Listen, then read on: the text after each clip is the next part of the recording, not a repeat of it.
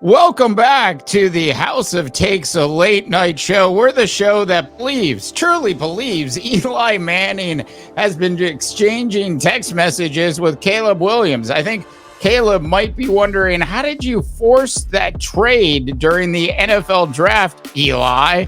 So on today's House of Takes, we are going to cover that very topic. We've got an absolutely fantastic video for you from RG3 on this topic.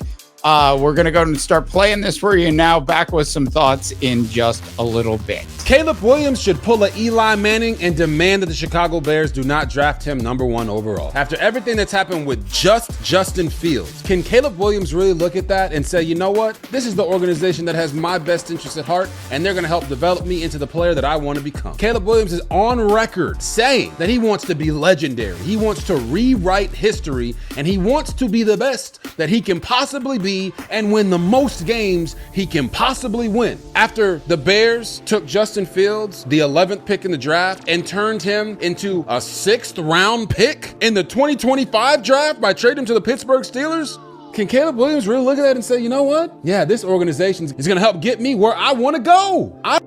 Oh my God. RG3 is absolutely spot on here. I mean, seriously, they took a quarterback with the 11th pick in a draft and then turned him into a 6th pick. Now, in the National Football League, just go back and look at the 2021 draft.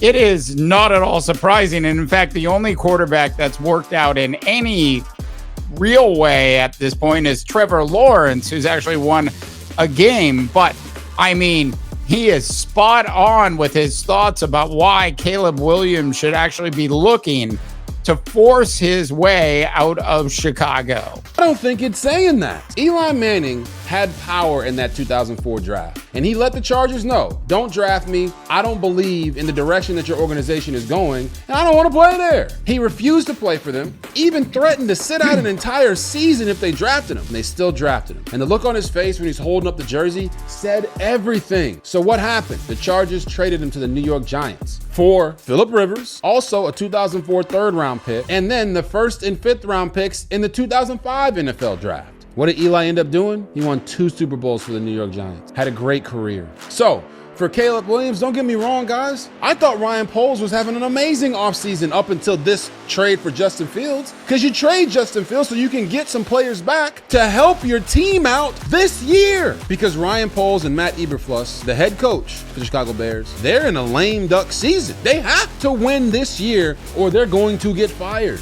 And don't get me wrong. Hey, handing the football off to DeAndre Swift, throwing the ball to Keenan Allen and DJ Moore and Cole Kmet, those guys are phenomenal. This ain't anything.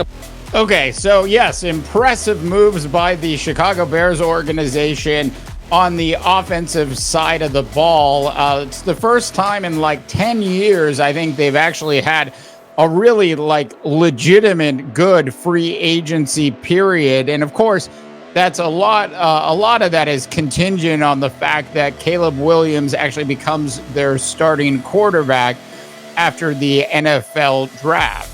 About them. This is about Caleb Williams and what team out there gives him the best chance to be successful. Only he can deem that. Yes, I do think him going back to Washington, where he's from, he's a DC kid, went to Gonzaga College High School, okay? I think that's the best spot for him, but he has to answer that question. And if he says, all right, I see everything that's been going on, and now I can make the decision and say, I don't think that the Chicago Bears are the best place for me or my family to accomplish all the goals that we want to accomplish, then he needs to let that be known. He does have power right now, and he should exercise it if he feels like Chicago is not where he should be.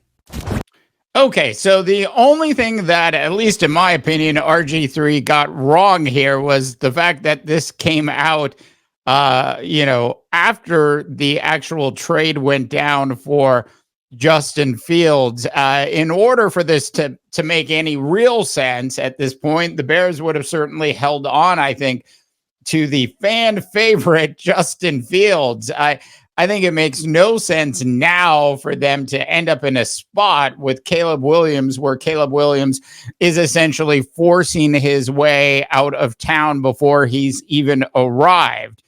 Seriously, that would have been done ahead of time. Now, The other points that he makes are absolutely accurate. Caleb Williams should do in this particular case what's best for Caleb Williams. And the only person that really knows that is Caleb Williams. Now, some people like to go into a situation that's difficult and figure out how to take a difficult situation and turn it into a positive thing.